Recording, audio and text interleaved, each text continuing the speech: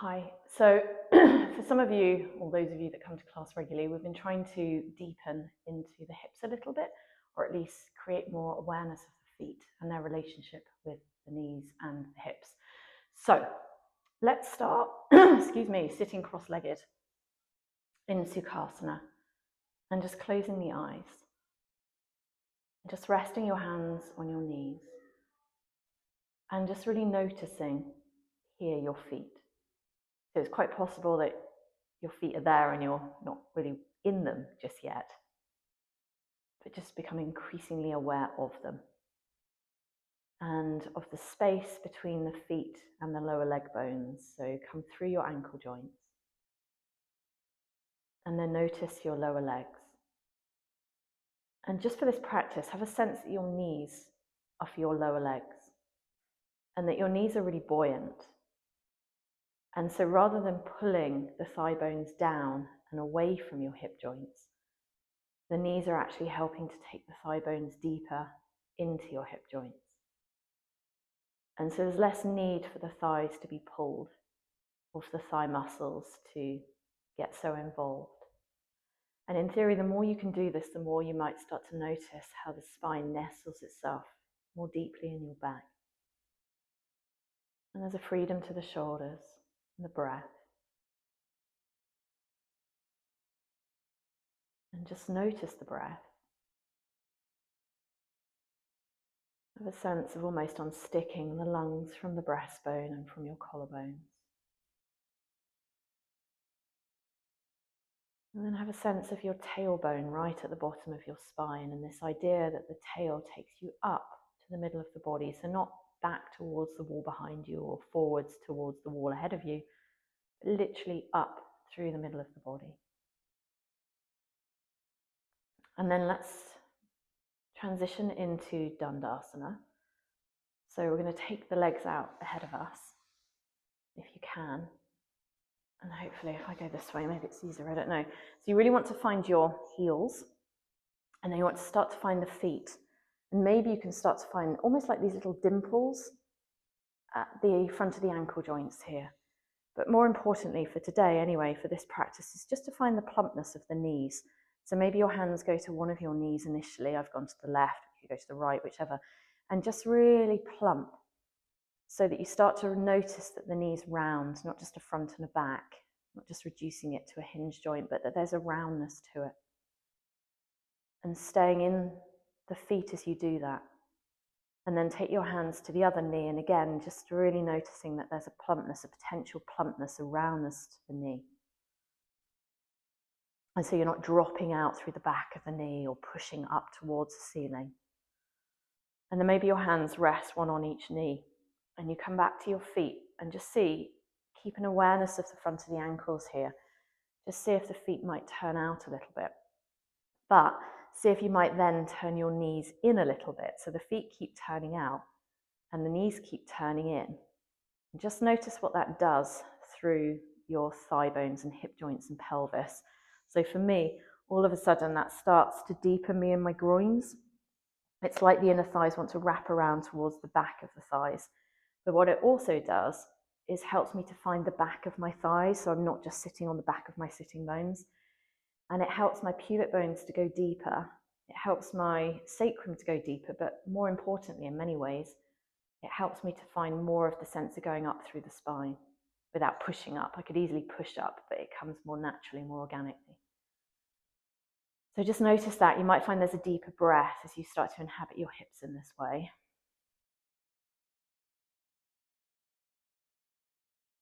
And then see if you can keep this sense of the knees turning in towards one another and of staying deep in the ankles as you come back to a cross-legged position. So you kind of have to go quite slowly and mindfully to be able to keep that sense of depth through the hip joints. So you might have to just help a little bit. I mean, we could spend hours just looking at this, but for the interest of time, so even when you start to bend one knee and bring that foot in, there's still a sense of the thigh wrapping around from the outer to the inner, so that you start to find more of the back of your thigh to sit on. And the same when the other foot comes in, so that you're less on the back of the pelvis. I hope that makes sense. And then there's more engagement of the feet. And again, the thigh bones are less inclined to pull away from the hip joints. And you can breathe. And then maybe from here, actually, you can bring yourself to stand. And if not, just bring yourself to stand. And we're just going to take the feet probably just a little bit wider than hip distance. And really find the feet. So there are your feet, just coming off the heels, softening the calves. And then remembering the knees are at the top of the lower legs. And so we're not going to drop into them. Dropping into them would obviously pull the thigh bones down away from the hip joints.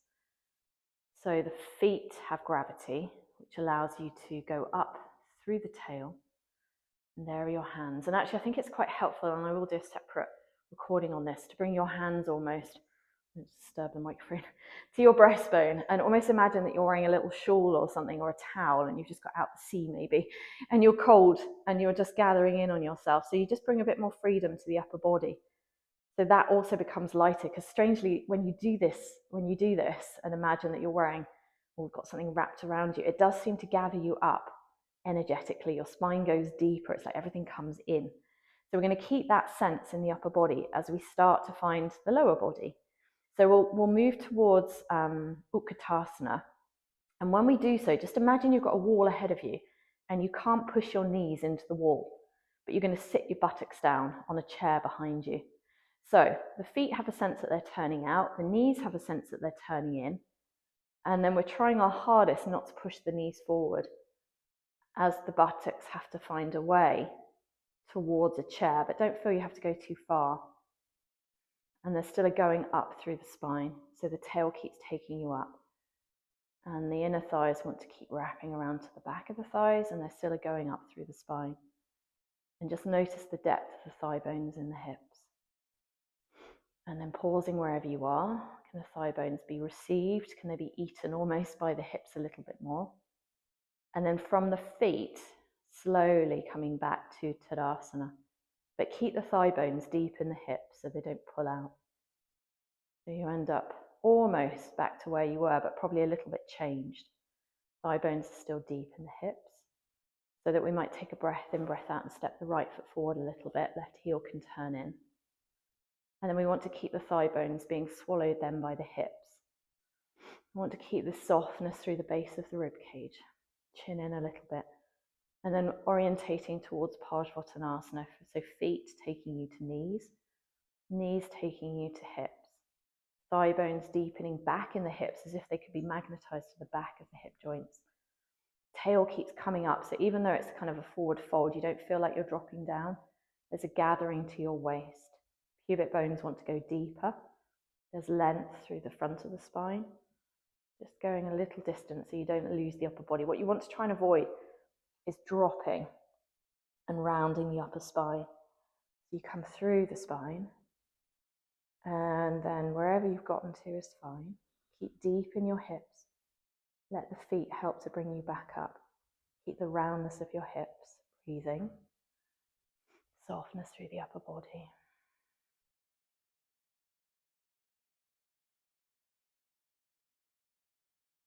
And then you can take a breath in, breath out, step the right foot back. Tadasana. And then let's take the feet a little bit wider this time, so almost mat distance apart. And let's have a go as if we're sitting on a chair with our feet just a little bit wider apart. So the inner knees again want to have a sense of turning in a little bit. Don't really want to bend the knees into a wall ahead of us. So they bend, but you have to invite the thigh bones deeper in the hips. Sacrum goes in. Soften through the base of the ribs. Find a little bit of fluidity. You're still wearing your shawl. There's still the possibility for keeping yourself warm here. Thigh bones deep. Torso stays as upright as possible. And then slowly bringing yourself back from there, from the lower, or from the feet really. Spine keeps taking you up the middle of the body.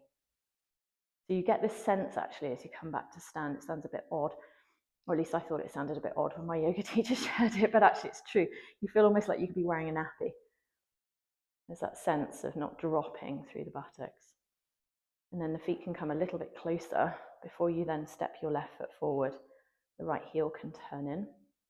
There's still that fluidity through the upper body. Just check in with the chin. My tendency is always to jut mine out, so check you're not doing that. Feet taking you to knees, knees taking you to hips.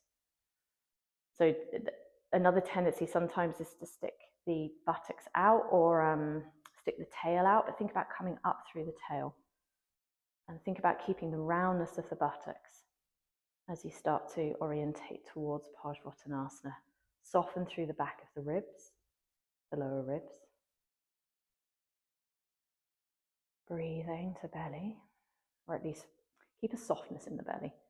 Thigh bones to hips, thigh bones to hips, thigh bones to hips, and then pause. Check that you're not flaring your floating ribs at front. And then softness coming up through the spine as you come all the way back up. And then the left foot steps back. You're in Tadasana. Maybe let your hands come down now. Pause to notice.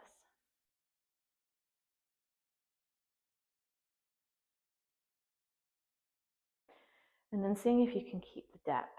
And just turn to face you as we find Vrksasana tree. So there's your left foot, left thigh to left hip. And there's your right foot, right knee, right hip. The upper body's free, buoyant, lungs. Upper arms almost breathe. And then the right foot's going to gather the right thigh bone deeper into the right hip. The right foot finds the left leg, and almost you could let the right foot rest on the left leg with gravity, but the knee keeps taking you to the hip, and the thigh bone keeps turning in. And there's breath. And it's almost like you could take flight. You feel the breath coming up, the pulse coming up through the spine, so you're not just dropping. And then we'll take a breath in here, and as you breathe out, the right foot comes down, thigh bone still deep in the hip. And then we'll do the same on the other side. So as your right foot, right thigh, left foot brings itself up, breathe in, breathe out, left foot maybe to the right thigh. Inner thighs turn in towards one another, the knee doesn't drop. There's breath, deepening in the inner thighs. Thigh bones keep going back. Eyes can focus on a single spot to help with balance, but you can also go to war. And then we'll take a breath in, breath out, release the left foot down. Feet wherever you want as we come down through a squat now. So again, there are your feet. The feet are taking you up to the knees. The knees are taking you up to the hips. Tail's taking you up to the middle of the body. Upper body's free, as much as possible anyway. And go part of the way down, getting the whole way down. Maybe deepening into your hips. Thigh bones keep going back, knees keep being taken deeper towards the hips. And then we'll stop here, roughly here. And for those of you that want to, I'll just throw in a little Bakasana. So when the torso gets, it's almost like it has to get snug between your inner thighs, or at least that's how I find it helpful. And the inner knees want to keep turning in, and I'm really deep in my hips, and I haven't dropped, I don't think I have anyway, my pelvis, and my tail's coming deep up to the middle of the body. And I'll do another video after this actually, which will help with finding more of the upper body, because of course, but it's all connected anyway. But the hands come down, and the elbows have to bend, but you still need to keep coming up through the spine, so it's still here, even here. And your knees come to the upper arms, but you're still going up through the spine. If you look at your feet, you're more likely to roll over, incidentally. So you want to really come up through the spine, and then maybe one of your feet comes up, and then the other comes up to join it. And even then, you're still coming up through the spine. Still coming up through the spine, thigh bones deep in the hips. And you can have a play with that before the feet come back down. If you didn't have a play with that, that's fine, because we're going to come all the way down now.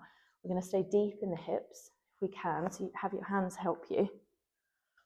So then I thought maybe we could throw in here. So you're still deep in your hips, and maybe your hands, arms can go around your knees.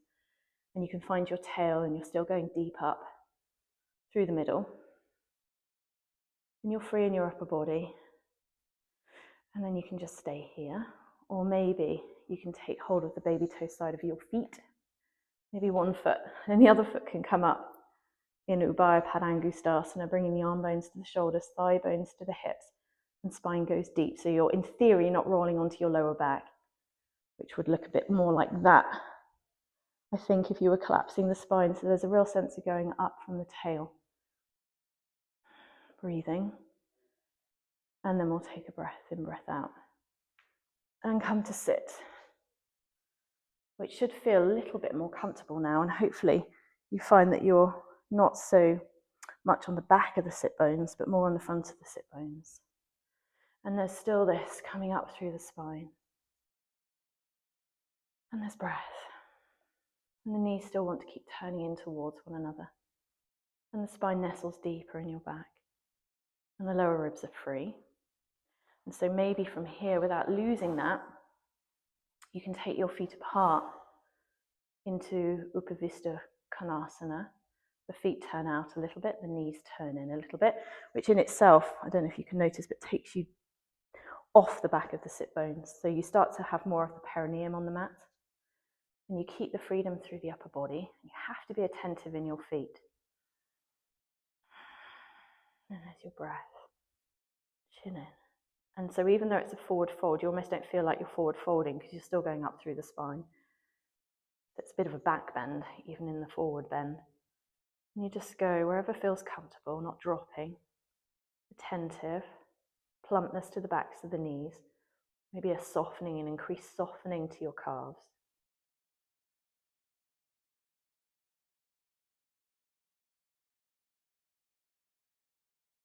And then with the breath. Coming from the tail, feet, whole body, coming all the way back up.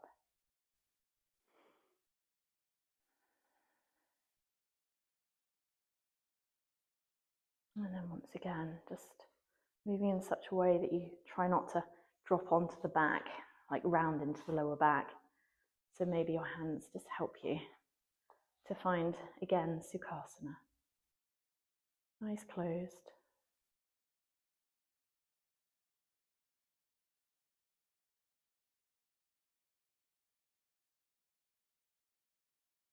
Okay, just notice, sometimes you will start to feel the energy of the practice.